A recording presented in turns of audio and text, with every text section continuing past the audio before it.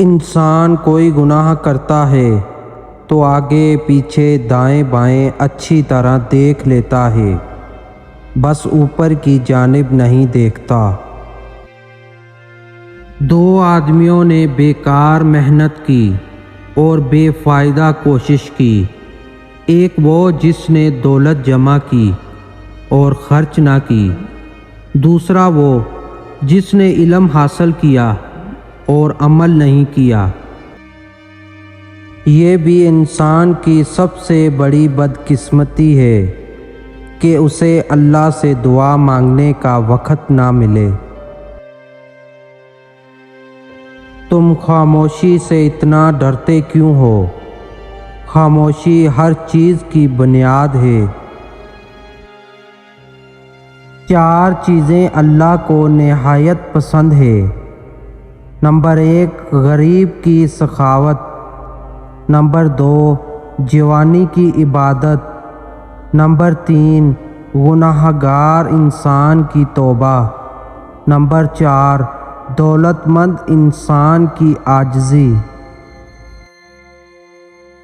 روح اتنی قریب ہے کہ تم اسے دیکھ نہیں سکتے لیکن محسوس کر سکتے ہو۔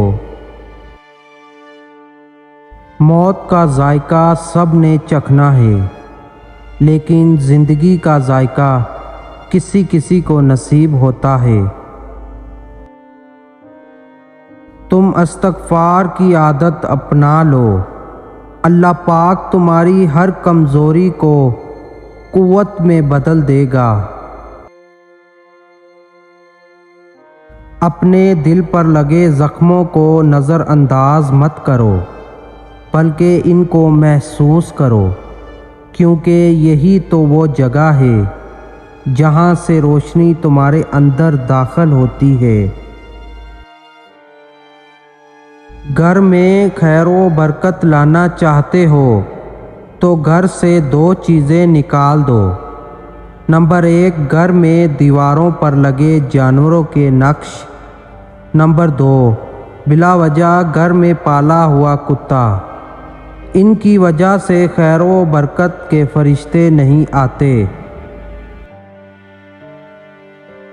زندگی میں آگے بڑھنا ہے تو بہرے ہو جاؤ، کیونکہ بعض لوگوں کی باتیں مایوسی میں اضافہ کرتی ہیں۔ بیوقوف ترین انسان وہ ہے جو اپنی بد کلامی پر فخر کرتا ہے۔ صبر انسان میں محبت اور سکون محسوس کرنے کی صلاحیت بڑھاتا ہے۔ جتنے اس دنیا میں انسان ہے، اتنے اللہ تک جانے کے راستے ہیں۔ زندگی کو ہمیشہ امانت سمجھو، یہ عنقریب چلی جائے گی۔ پیارے ویورز، آج کی ہماری ویڈیو اچھی لگی ہے تو لائک کرنا، چینل کو سبسکرائب بھی کر دینا، بیل آئیکن کو بھی دبا دیں تاکہ ایسی ہی مزید اچھی ویڈیو آپ تک پہنچ سکے۔